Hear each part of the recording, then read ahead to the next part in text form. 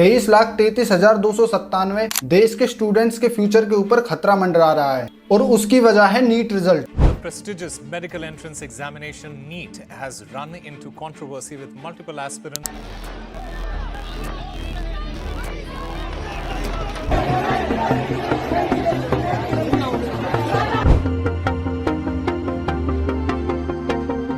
जिसे कंडक्ट कराया गया एनटीए यानी नेशनल टेस्टिंग एजेंसी के थ्रू। दरअसल 5 मई 2024 को नीट यूजी यानी National Eligibility cum Entrance Test conduct कराया गया था। ये एग्जाम बेसिकली उन स्टूडेंट्स के लिए होता है इंडिया के मेडिकल और डेंटल कॉलेजेस में अंडर ग्रेजुएट कोर्सेज में एडमिशन लेना चाहते हैं। इंडिया के स्टूडेंट्स ने कड़ी मेहनत करके ये एग्जाम दिया ताकि वो अपने ड्रीम कॉलेज में एडमिशन ले सके।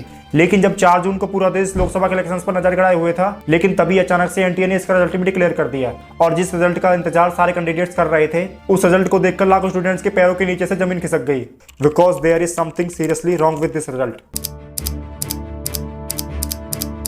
इस रिजल्ट में 1-2 नहीं बल्कि पूरे 67 कैंडिडेट्स ने फुल मार्क्स स्कोर किए, यानी 67 कैंडिडेट्स को ऑल इंडिया रैंक मिली, यानी नीट यूजी में 67 टॉपर्स बने। और इसमें से भी 6 टॉपर्स ऐसे थे जो एक ही एग्जाम सेंटर से थे। ये बात उनके रोल नंबर से कंफर्म करी जा सकती है। और सिर्फ इतना ही नहीं, स्टूडेंट्स को भर भर के मार्क्स दिए गए ताकि कट ऑफ नॉर्मल से बहुत ज्यादा हाई हो जाए। साथ ही रैंक में भी काफी ज्यादा इन्फ्लेशन देखने को मिला। एग्जाम के बाद ही पेपर लीक जैसी खबरें तो सामने आ ही रही थी। इस पूरी कंट्रोवर्सी के बीच अब स्टूडेंट्स ग्रीवियंसेस को लेकर सुप्रीम कोर्ट चले गए हैं और इस एग्जाम को दोबारा कंडक्ट कराने की डिमांड कर रहे हैं।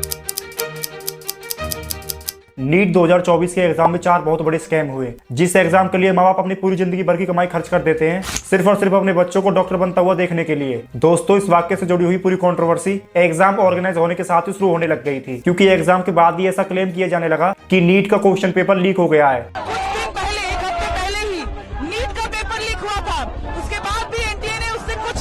तो 2-3 से ज्यादा नीट टॉपर्स निकल के नहीं आते और इस बार हमें 67 टॉपर्स एक साथ देखने को मिले। हम सब जानते हैं कि हमारे देश में स्टूडेंट्स पर कितना जोर रहता है पढ़ाई का, और इसके बाद भी हमें ऐसी ऐसी खबरें सुनने को मिलेंगी तो आने वाले बच्चों पर इस पर कैसा नेगेटिव इम्पैक्ट पड़ेगा। हमें ये भी पता है कि देश में बेटर कॉलेजेस की कितनी जरूरत है और ऐसे में पेपर्स का लीक हो जाना कोई आम बात नहीं है। ये एक तरह का नेगेटिव मैसेज जाता है पूरे वर्ल्ड को। पेपर लीक तो आज के भारत में बिल्कुल ही आम बात बन चुकी है। कई रिपोर्ट से पता चलता है कि पिछले 5 साल में 40 से 45 अलग अलग पेपर्स लीक हुए हैं, जिससे बहुत ज्यादा जॉब सीकर्स की जिंदगी पर असर पड़ा है। पिछले 5 सालों में कैंडिडेट्स के थ्रू स्कोर किए गए मार्क्स और एवरेज मार्क्स और अनरिजर्व्ड कैटेगरी में क्वालिफाइड करने के लिए मिनिमम स्कोर मेंशन किया गया है। इसमें आप साफ साफ देख सकते हो 2020 में कैंडिडेट्स के एवरेज मार्क्स 297.8, 2021 में 286.13, 2022 में 259, 2023 में 279.41 हैं। लेकिन 2024 में इसमें एक बहुत बड़ा जंप देखने को मिला, जिसमें मार्क्स 323.55 पहुंच गए। और इसका एक बहुत बड़ा रीजन ये है कि नीट की कट ऑफ इंक्रीज हुई है। और अगर आप अनरिजर्व कैटेगरी की कट ऑफ देखोगे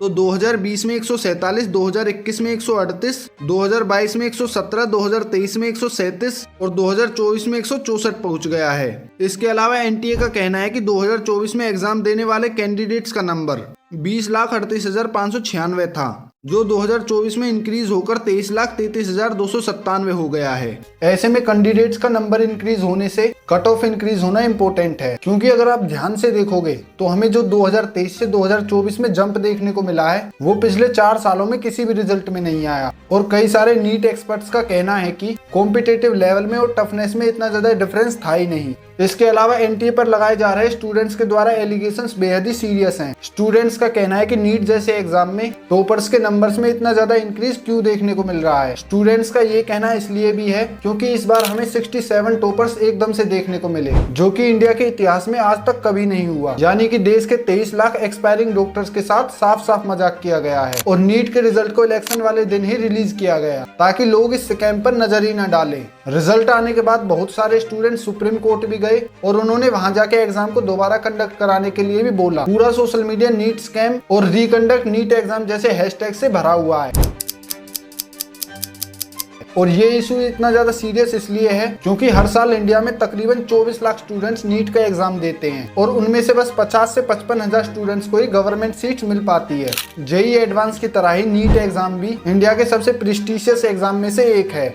इसलिए इस मुद्दे को उठाना बेहद ही जरूरी है। नीट यूजी का exam, National Eligibility cum Entrance Test for undergraduates, ये देश भर के सारे मेडिकल डेंटल्स आयुष कोर्सेज का अंडर ग्रेजुएट्स का एडमिशन एग्जाम है। देश में कराया जाने वाला इकलौता ऐसा एग्जाम। इससे पहले AIPMT का एग्जाम हुआ करता था, All India Pre Medical Test. लेकिन जब ये एग्जाम होता था तो बहुत सारे मेडिकल कॉलेजेस, इन सबके अलग अलग प्री मेडिकल एग्जाम होते थे। इन सभी एग्जाम को एक एग्जाम से रिप्लेस करने के लिए नीट यूजी इंट्रोड्यूस किया गया 2013 में।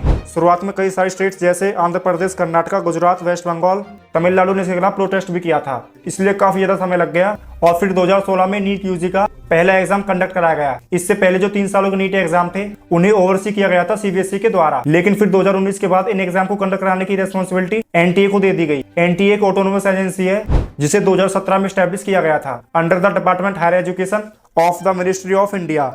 तो दोस्तों, इंडिया के स्टूडेंट्स के फ्यूचर के बारे में आपका क्या सोचना है, कमेंट करके जरूर बताओ। उम्मीद करते हैं कि ये वीडियो आपको जरूर अच्छी लगी होगी।